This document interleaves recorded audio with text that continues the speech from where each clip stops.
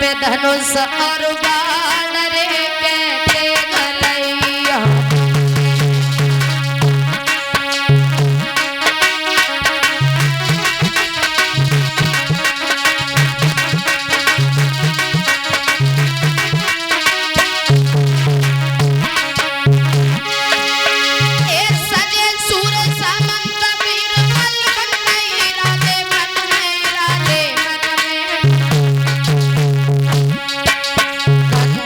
धनुष और बाण रे कहते गलैया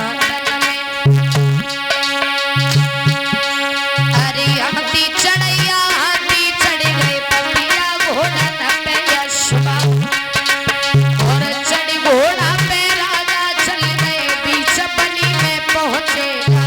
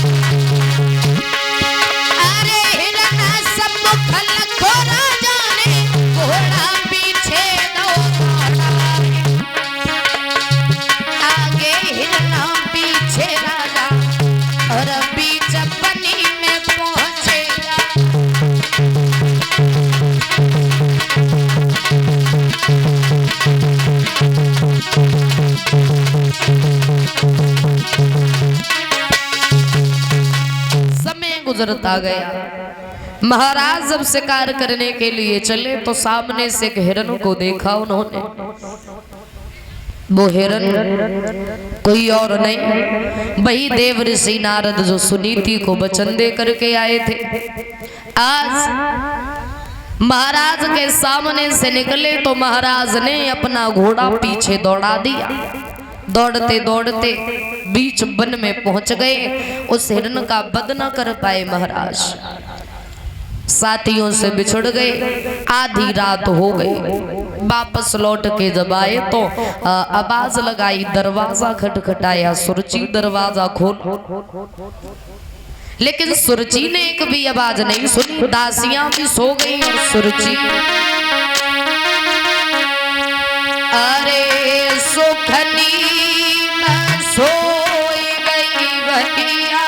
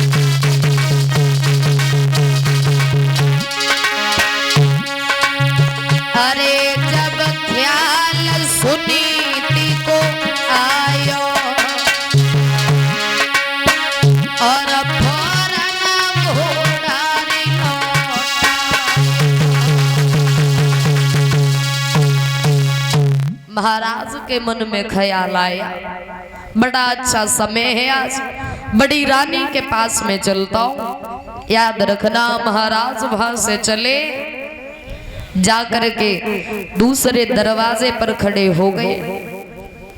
आवाज लगाई, सुनीति पहली आवाज में उठ करके बैठ गई। मन में विचार किया कि हमारे महाराज इतनी रात्रि में क्या करने आए, कहीं ऐसा तो नहीं हमारी बहन ने हमें मरवाने के लिए भेजा हो। कोई बात नहीं, आगे बढ़ के गई, दरवाजा खोला। रानी बोली महाराज तुम इतने समय कैसे आना हुआ? जवाब दिया शिकार करने गया था, साथियों से बिछड़ गया तो सुरची ने दरवाजा नहीं खोला, मैं तुम्हारे पास चला आया। अब सारी बातें यही पूछोगी, अंदर महलों में लेकर के जाओगे। तो आज रानी ने अपने पति की उंगली को पकड़ा और लेकर के चल देती है। महारानी सुनीति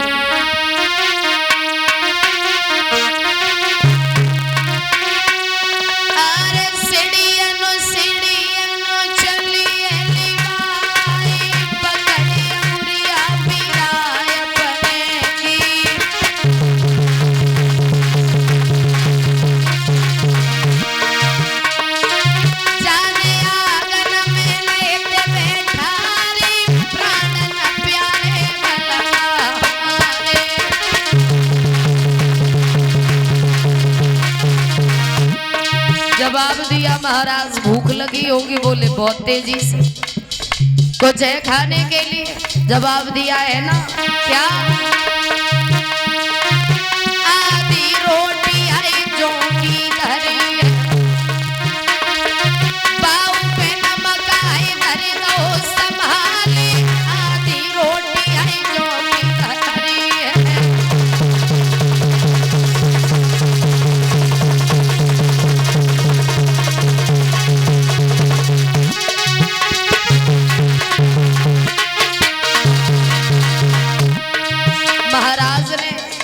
जौ की रोटी नमक के साथ में खाई तो वो पहला निवाला गले से नीचे नहीं उतरा। जवाब दिया रानी ये रोटी हमसे एक वक्त नहीं खाई जा रही है, तुम इस रोटी को रोजाना कैसे खाती हो? तो रानी ने एक बात कही महाराज समय है और समय के सामने किसी की पेश नहीं जाती। समय समय की बात समय में ज्ञान, और समय पे निकले धूप, समय पे बरसे पानी।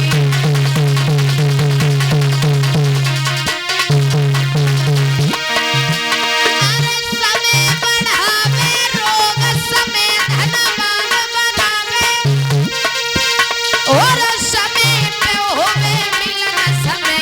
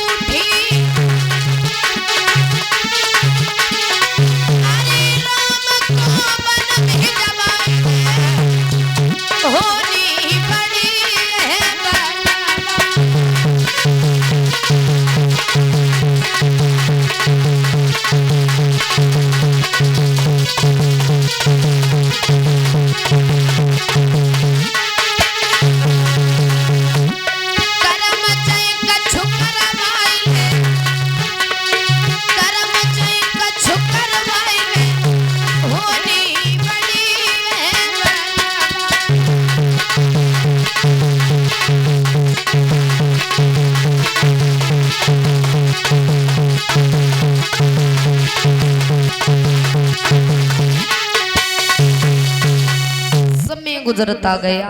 महाराज ने